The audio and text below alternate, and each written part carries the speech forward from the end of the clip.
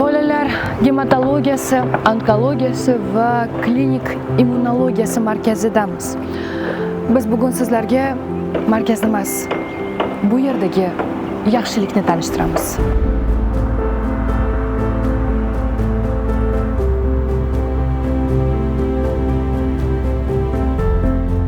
Mehr.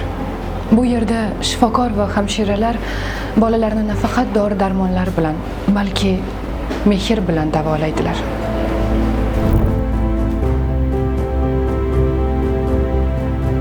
Dalda. Bu yerdagi bolalar eng katta kuchni, daldani ota-onalardan, yaqinlardan olishadi.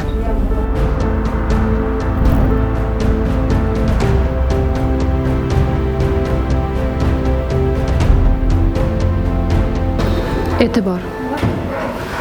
Juda ko'plab yaxshi insonlar, ko'ngillilar, tadbirkorlarning e'tibori, moliyaviy ko'magi sababli ko'plab bolalar hayotga qaytishadi. Umid.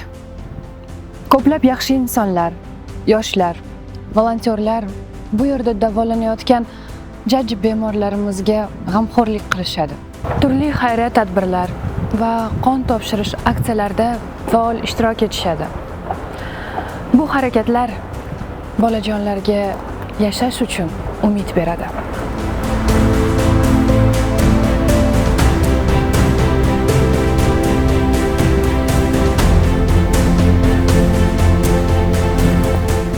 Qadr.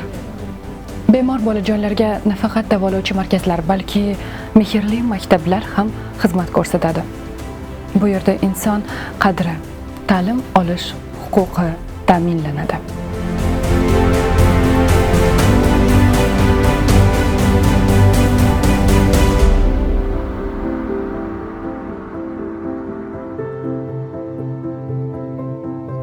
Biz dunyodagi barcha bolalar sog'lom voyaga yetishlarini istaymiz. Bu borada gematolog, onkolog shifokorimiz nima deydi? Bizning bolajon aholimiz juda ham qadrli biz uchun va shuning uchun har bir bolamizni sog'lom bo'lishiga harakat qilamiz. Va biz shifokorlar tomonidan shu tavsiyalar berilardiki, bu qanaqa oila bo'lishidan qat'iy nazar, ko'p oilali yoki bitta farzandli, lekin har bir bolani o'z kun tartibi bo'lishi shart va bu asosiy salomatlik garovi hisoblanadi. Ya'ni bolani vaqtida ovqatlanishi, bolani vaqtida uxlashi yoki o'sha belgilangan bog'cha yoki maktabga borib kelishi va undan keyin dam olish vaqtlari va dam olish vaqtlarini ham unumli o'tkazishga harakat qilish kerak. Bolalarimizda biron o'zgarish sezdilarmi ota-onasi tomonidan yoki maktabda yoki o'qishda nimadir sezildimi? Deylik, ko'karishi yoki isitmasini chiqishi, iloji boricha kechiktirmasdan oilaviy shifokorga murojaat qilish kerak.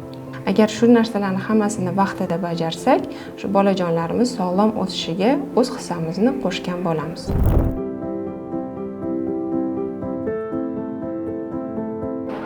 Sog'lig'ingizga, sog'lom hayot uchun kurashayotgan insonlar taqdiriga befarq bo'lmang. Yaxshilik bizni birlashtiradi.